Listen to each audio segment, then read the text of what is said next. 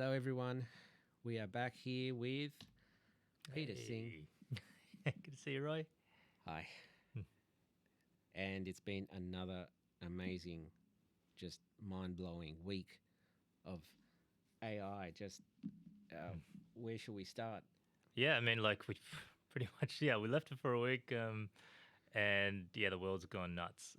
I think, we talked about Auto GPT and baby AGI last time, and I think that's become trending on GitHub, and it's in Fast Company, and all the socials and YouTube channels are talking about it, and I think people are starting to build on top of it. So this whole AI agent, working towards a common goal and delegating tasks and eventually becoming your, digital assistant. This sort of next stage of evolution for intelligence is really like breaking people's brains right now. I think it's really starting to dawn on a lot of people that this isn't going away. It's not a fad. It's not stopping. It's not slowing. It's getting faster. It's so easy to like just fork it onto GitHub and just clone it as a repository. Like I did it the other day, and I just try to create a GPT for transhuman coin, an AI agent, and I was like, how do you promote transhumanism? And it's pretty much like setting its own tasks around creating socials and it's like promoting transhumanism, like looking up the internet with the Google search APIs. So it just needs that connection to the socials now. So people are making updates to Auto GPT and Baby AGI. They're putting it on Replit, on Hugging Face, and adding all these components. Yeah, it won't be too long before I think it'll start rivaling, the likes of what ChatGPT is trying to do with plugins. I used something just a few days ago when I was away. I used it's called chatbase.co. Yeah. And you just give it a PDF, a spreadsheet, a website, and that's your training data, and then just answer questions on it. Yeah, it's so easy to do. Like we did one for our transhumanism website. We just uploaded the white paper for the transhuman coin, and now you can just chat to the paper and go, what is transhuman coin? How do I buy it? Who are the team members? And so, like, you need that sort of layer of usability to make it simple. Like, because the way they're deploying it right now on GitHub is just like a command prompt. Like it looks like DOS. So you just need some graphics behind it and make it one click, and you don't have to use your own APIs or try to actually make it fancy. See, I think it'll really start to become friendly when you get the the speech to text on both ends, so that it speaks to you and you can speak to it right out of the box. Yeah, that's right. Because right now the 11 Labs API is connected to AutoGPT, so it's already starting to talk to you. Right? It's like, "Hello, Peter." It's like, and so the first thing I did was like, make me a perfect husband to my wife Elise. Right? I was like, I created Perfect Husband GPT as the name of the bot, and what are the goals? It's like, make my wife happy, be the perfect husband, make sure that you make her happy, because happy wife, happy life. Right? That's the sort of insight that you would pass on from one human to an AI. And it spun up its own, perfect husband GPT. It started talking, and it even invited Elise to start having a dialogue with them.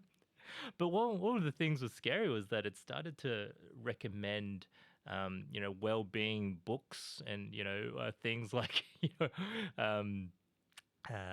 the sort of psychotherapy type of treatments to to my wife. Yeah, it's So it presumes that it's their problem. I think it means well, but it'll learn how to be more subtle, I think. Oh, one of the things it did go straight into was buying a house. Like it sort of went through the whole, in order to make your wife happy, typically you would buy a large property, make lots of money. So it went down that path of creating its own tasks to do that. And it crawled, because it's US commonly based, so it crawled Willow for a big property. Yeah. And it's like, oh, wait, I need money. So it's like, how to make money. It starts to like have all these, easy to make money quick type of schemes, right? Like, drop shipping, make a podcast, like Medium channel and monetizing it. And, I was speaking to my wife about this just today as we were driving back from our trip. Oh, yeah. How's it? And it was like I was telling her, like, maybe it'll. Well, this is my crazy idea. I was thinking maybe it's just going to all come down to resources. Mm. The land size. Doesn't matter Yeah. where your land is. It's like Yeah. how much land have you got? That's right. And Matter and energy. yeah, so it's like just start thinking about getting some hectares out Yeah. in the bush. That's exactly it. That's what actually we're working on a project with the Transhuman Coin team. So one of them is creating a charter farm. So this is with Meow Ludo and Jonathan Woods.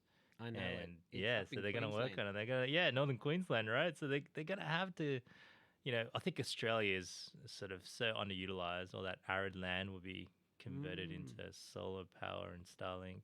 Oh, there's just so much opportunity. So if you think about getting these AIs into robots and starting to just convert matter and energy into things that we value and find useful, I mean, that's the it's future kind of we want. like Mm. the agricultural revolution all over again. We're Yeah, that's right. Being able to sort of take control of nature and wield it to your own sort of needs. With these AIs, they're starting to simulate some of those sort of behaviors as well. It's like creating sim cities. And I think there was a recent paper where I I saw. think it was, yeah. So they pretty much created a 25-person village, and each of them had sort of background characters and pretty much each And are an instance of GPT, right? if this is the one that you were talking about, Yeah. they Simulacrum. acted out Yeah. on their own without even being Yeah. programmed. They said, "Let's invite some people over for." I can't remember what it was, and then Yeah. It's from another Team for Good. GPT Mm. invited another GPT. Let me ask my friend. That's Thinking, right. One of them organized a party, and then got all their friends to come along. Some of them were started to have their own parties separately. And another one I think was feeling a bit down, and was actually thinking about killing himself. I was like, oh, well, this is Oh, dark. This has gone down the wrong path. And then this sort of not caring personality character comes around and says, "You should do it." I was like, what? what? See, they It's need. pretty messed up. I think they really need Hmm. some sort of self-reflection. Like Yeah. I remember there Yeah. was a thing where I think it was Ilya Sutskever was saying Mm. we're going to train it on, yeah, this was when he was talking about are they going to run out of tokens or data one day. Oh, And he yeah. goes, no, the data looks good. It's going to, Mm. we have also with Whisper, you can go through Yeah, YouTube, YouTube and all this, that. but you could also train it on the conversations that we are having Yeah. with it. Mm. And I think that's great because when it gets trained on its own responses, I mean, we get trained on our own responses. Yeah. That's how how we we learn. That's how develop kids our learn. personality. Yeah, exactly. We That's how self-reflect babies and go, learn. I You said read them this. stories. Yeah. Yeah. And then I mean, if you see all the things that you've said Mm. and see the outcome, Yeah. then that feeds back into your ego. Yeah. That's I mean, that's how they depicted it in that Scarlett Johansson her movie, right? Oh, So yeah. it's like you keep on teaching it and experiencing new things, give it a camera and experience the world, teach it love. So that's how they sort of get that input feedback loop. So I think, and even the simulations themselves, they probably learn from each other too. They sort of the emergent complex properties comes out, like the whole the game of life type of thing, right? We talked about with Stephen Wolfram's. yes, Yeah. and the emergent Yeah. things like math emerges just as soon as the model reaches a certain size. That's right. It can do math. Yeah. And keep then on interacting with itself. it grows to another size and it can talk back in almost any language. Yeah. I think they said it could talk back in Persian. And it was never trained to talk in Persian, and now it can talk in Persian, and now it can teach itself That's what Whisper can do, right? Straight up. chemistry. Yeah. Oh yeah, Whisper, yeah. Yeah, the chemistry, protein folding, the drug discovery. I just saw Brian Armstrong give an update on his company New Limit. So Brian Armstrong, the CEO of Coinbase. So he's got some money now, and he put that towards that foundation, and really trying to tackle the whole healthy lifespan, right, aging process.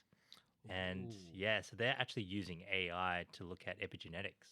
So the information theory of aging, one of the hallmarks of aging is that, because our cells contain our DNA, every single cell has that, but the expression of those genes that in the DNA, essentially the epigenetics, that's Yep. where sort of the cells has issues as it ages, because every So time it replicates, there's damage, and yeah, some of those, it's basically the DNAs don't turn on as they should. The genes don't turn on as they should.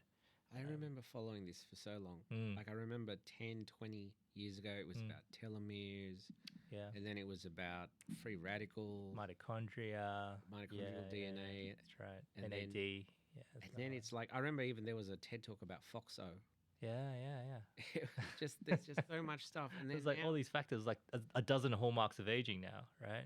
But the right? fact that they're going back to first principles and really looking at, okay, what is in our bodies, like fundamentally, what is the physics behind that, the chemistry, and starting with DNA and genes, epigenetics, that information theory of aging. If you turn that into computation, like Stephen Wolfram's approach to everything, right? Everything goes back to first principles. Then you can actually, have mathematical solutions, which can be actually addressed through these trials of experiments, right? And then you get into clinical trials. So they're starting with 10 to the power of 10. So 10 was 10 zeros of potential, like different possibilities, right? In terms of the expressions of these genes, and looking at all these different ways of getting the genes to express as it should have, and then it narrows it down at each step until they get to the sort of 10 human trial candidates, the types of treatments they can do. So it's really exciting, the fact that you can start with a small team with AI that you could just run these experiments that no other teams have been looking into. My God. So, I hope he makes it. So, because he actually called it a bit of a transhumanist company in its recent Well, in I guess that video. So yeah. good on him. Wow. Hmm. That's pragmatism for you. That's right, It's right? like You combine like for a crypto guy, he's doing pretty well. yeah. So we've got the tokens, and we've got lots of data. We've still Mm. got that happening. I was thinking, White Mirror, a Mm. Wise Mirror. Yeah, That that's could right. be one of the avenues of Wise Mirror, providing Yeah, altruistic, awakened training data for AIs. yeah, exactly. It's sort of like talking about that positive future of living Yeah, healthily for longer and indefinitely into the future, and just giving that choice to people, right? yeah. And Yeah. I think I remember a conversation on some, because I listen to so many podcasts and so many videos. Mm. I just, it's just a constant. I can't remember where I hear things, but it was, you can't just train something on good stuff. Mm. I think it was a person could be brought up in the best environment and still be selfish, Mm. and a person could be brought up in the worst environment and um, be a good person. Mm. It's kind of like, I don't know, the choices that you make internally as opposed to your environment. Like sometimes the environment, if it's bad, it makes you realize how good Yeah. it is when it's over. Well, That sort of thing. yeah, exactly. I mean, think back to the simulation environment in that simulacrum with the Google and Stanford guys, right? So if you were surrounded by all these like negative people, so you were out of 25 people in the village, if you were a normal person and then surrounded by all these negative like prompts, right? So Yeah. if you had these bad characters surrounding you, of course you're gonna, sort of respond in a negative way, because that's the environment that you sort of To simulated survive, in, to fit right? in. All your interactions, all the negative prompts. My And goodness. so that's pretty much mainstream media as well. If you think about how, social used to be on Twitter, but now it's sort of evened out in the playing field. And so you can, spin up all these bots, actual bots on social media that sort of try to spin this negativity on the narrative as Yes, well, that which is is happening in real bad. life. That's bad. That's gonna Yeah. really, when that really hits home. Another Mm, thing that's gonna hit home very quick, which mm, seems to be happening mm. right now, is the 0 day vulnerabilities. Like that's Oh, doubled, yeah. Mm, and then there's I've seen videos of people using mm, GPT-4. mm. It says, here's the code for the router. Yeah. Find the vulnerabilities, Oh, wow. Yeah, that's right. and then it finds Yeah. them, and Yeah. it goes, I write some code to exploit it. And it writes the code. Can you imagine Linux? Yeah, Can you imagine all the open source? that's right. Every line is going to be, Mm.